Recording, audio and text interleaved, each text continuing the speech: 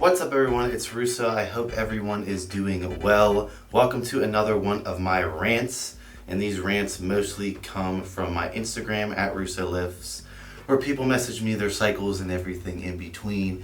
And I've been getting this question for months and I've avoided it because I'm not really one of those YouTubers who likes to name drop for views and stuff, but I thought I would use David Lade as an example for the bigger picture I'm trying to explain here about fake natties in general. Now I want to say right off the bat, I have no beef with David Lade. I don't hate him. I'm not jealous of him.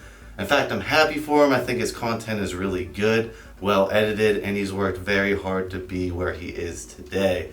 For those who don't know who David Lade is, he's the poster boy of Gymshark, has a YouTube channel, millions of followers, the whole 9 yards.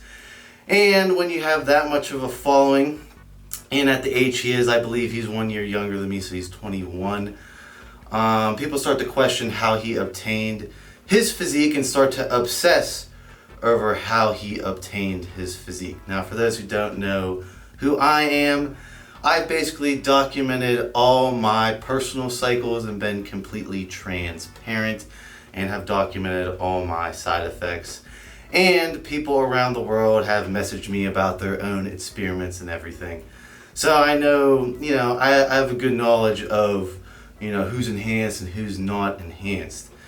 But I'm not here to say David Lade is natural or David Lade is unnatural and he's lying to you guys. I really don't care. What does he have to gain from saying he's not natural? In fact, he has everything to lose from saying he's not natural. What do you really get out of being truthful and honest? I'm truthful and honest. In the fitness industry, if I was looking to make, a sponsorship career out of it, besides enhanced athlete, who's really going to pick someone who's just being completely outright and honest, saying, how they actually got their physique, not beating around the bush? Because it's taboo, it looks bad on the company, and you can see this issue with the Ryan Casey issue, where he basically came out and said, his lab rat utilized SARMS and played around with SARMS. Who knows if it was SARMS or real gear and he was just using SARMS as the scapegoat. But, he got a slap in the face from Gymshark the second he did that. Gymshark is one of the fastest growing companies in the UK, I believe, and overall one of the biggest athletic clothing brands in the fitness industry. So they don't want no heat, no controversy, no nothing. So really, all you guys commenting and yelling at him, what is that going to do? What does he have to lose, or what does he have to gain from saying, hey, I'm not natty? He doesn't really go around saying he's the best natural bodybuilder ever, so I really don't have a big issue with him. The point I want to bring up is that I get these comments a lot. Russo, you look natty. Russo, you're natty. Russo, you can achieve this physique natty. And that's fine. Your judgment is your judgment. I really don't care. Personally, everyone has different genetics and different abilities to carry lean body mass in general. And you really can't generalize based on some elite natty you watch what physique other people can attain naturally. Again, that's just my opinion. Personally, when you look at the science, after about 2 years of consistent natural bodybuilding, basically after that, you're virtually not going to gain really much of anything besides muscle density and muscle maturity. So your muscle will become denser over time, and it will mature and appear bigger over time. But you're not going to continue slapping on lean mass like you were in the noob gains and the intermediate to advanced gains. That's why you see natural bodybuilders, if they decide to stay natural, which I have no beef against naturals or people who are enhanced. I'm just an honest dude. So they tend to switch over to natural powerlifting, as they get further along in their lifting careers, because you can get extremely strong without any enhancement whatsoever. It's just strength adaptation of the central nervous system. But this is where I get annoyed, because there are a ton of fake natties in the fitness industry. And just because they do not look like these IFBB Pro Olympia athletes does not mean they're not utilizing compounds to fool the general public. You see, not everyone, personally, I have all the knowledge to become 250 to 280 plus pounds if I decided, you know what, hey, I really want to risk my health to get absolutely gigantic. You know, if I got HGH and insulin involved and a heavy cycle involved with a ton of food, you know, I could probably creep my extreme weight up there and gain a ton of mass. Now, would I have a ton of side effects? Personally, it's not worth it for me. You know, I have respect for people who do it. It's extremely hard to get those crazy physiques, and it's extremely hard to maintain them. But personally, that's not what I'm after. And a lot of people aren't after being the biggest dude in the gym. You know, a lot of people are looking to stay lean, have a good amount of muscle mass, and maintain it year round. Now, the thing I'm trying to say here is just because it's attainable naturally doesn't mean they attained it naturally. So I'm going to use myself as an example. So my RAD 140 solo cycle, which is a SARM if you don't know, a selective, I said almost at a SERM, selective androgen receptor modulator. Basically, I did not really get any bigger. In fact, I looked natty. However, my muscles were extremely dense and I could eat like shit and still continue to get leaner.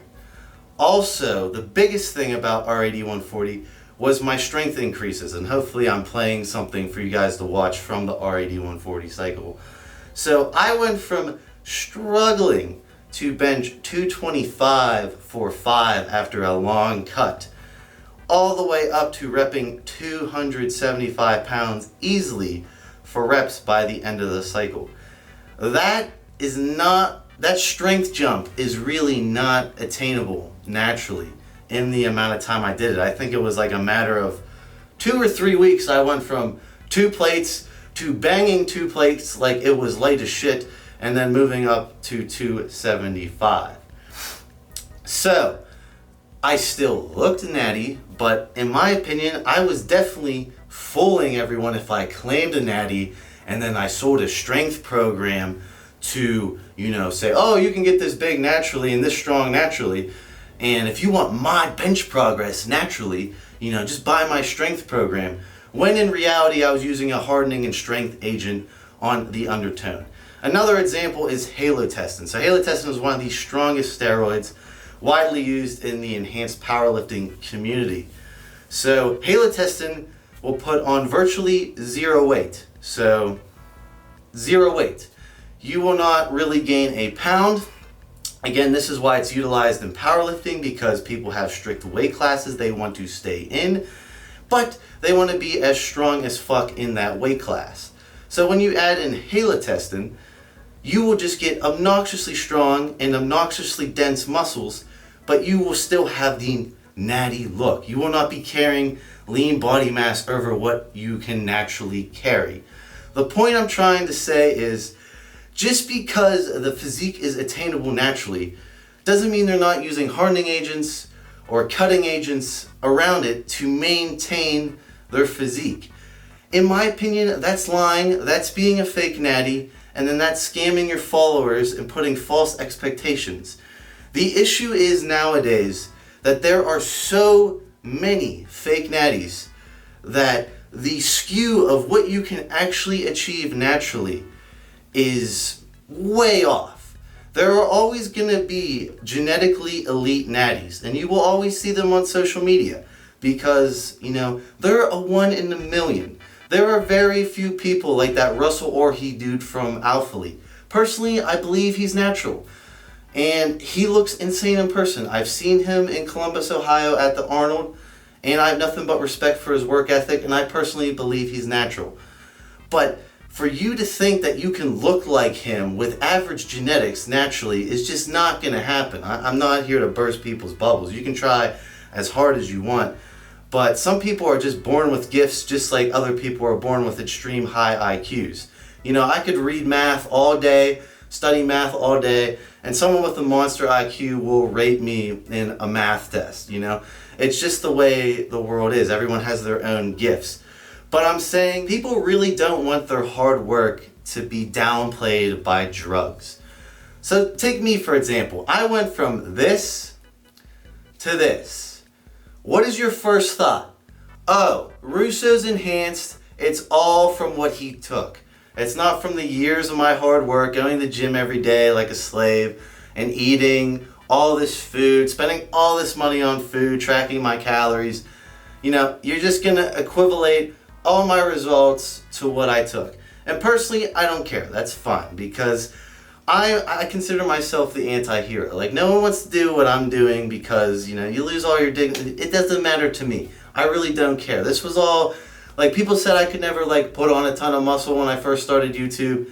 And, you know, I put on a ton of muscle and proved everyone wrong. And really showed that even though my genetics, I knew my genetics weren't good. I just wanted to see how far I could push it with my crappy genetics. And personally, I think I've made a tremendous amount of progress over the years, and my blood work has been relatively healthy. But just keep in mind, just because they're not an IFBB pro, massive bodybuilder, doesn't mean they might not be utilizing agents. When money gets involved in fitness, you know, it becomes a job. You know, your body is how much you get paid. So if you could take clenbuterol and get a lot more shredded and look a lot more good in the magazines, but, you know, you're a natural athlete and, you know, you really don't want to lose your natty status, you know, just do it on the down low. You know, you don't have to tell anyone. And it's the same thing with the SARMS. The thing with the SARMS is, without a testosterone base under the SARMS, you will not have that unnatural nitrogen retention look. LGD 4033 gives you a slight nitrogen retention look, but all the other SARMs, and this is why people think SARMs don't work, when in reality they're just like a different class of drugs essentially, and they have their own characteristics. You're not going to look super enhanced with SARMs. However, they are providing a massive advantage over people who train naturally, and you should not be comparing yourself to people who train naturally, because SARMs on paper, I think every single one of them is strong. There's a couple oddball ones, but most of them are stronger than testosterone anabolic level, okay? And they increase bone and muscle density as well.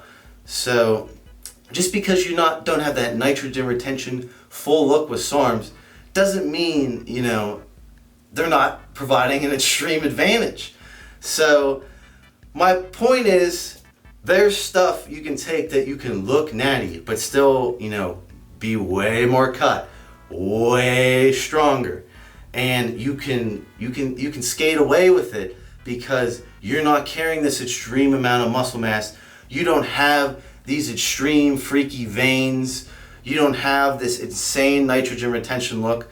There's ways to go about a fitness model look. I think that Rob Rich's guy tested hot for stuff. And personally, I think his physique is attainable naturally. Did he maintain it naturally? Probably not. And he tested wrongfully, I think a couple times. I forget what it was. Maybe it was for a pre-workout supplement or something. But the point I'm saying is, just because you're not gigantic IFBB pro status or big as fuck with nitrogen retention look, doesn't mean you can't be fooled by people using enhancements on the down low that will drastically increase their performance, but you'll still be in the back of their mind like, oh, maybe they're just an elite natty, you know, maybe I'm not working hard enough. No, you're probably being fooled, and there are really good naturals that are out there, and I'm not saying David Lade is natural or not. I really don't care. I'm using him as an example because David Lade is kind of in that zone where you're like, yeah, he's like an elite natty, or he could be slightly enhanced, you know. He's on that line. And there's a lot of people who ride that line, in my opinion.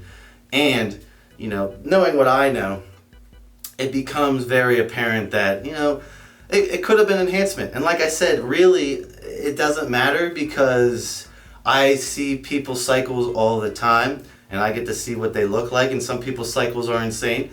And they don't look like anything. Like, you have to put the work in, you have to be able to eat correctly, and you have to be able to train hard. It's like throwing gasoline on a fire. If it's not a giant fire, why the fuck are you throwing gasoline on it in the first place? Like, that's how it works. So really, I don't equivalate any of David Lade's hard work and achievements to his drugs. But could he been on an undertone? I don't know. So that's for you to decide. I hope you guys enjoyed this rant. If you enjoy my honesty, please share me around and subscribe. I will see you guys in my next video.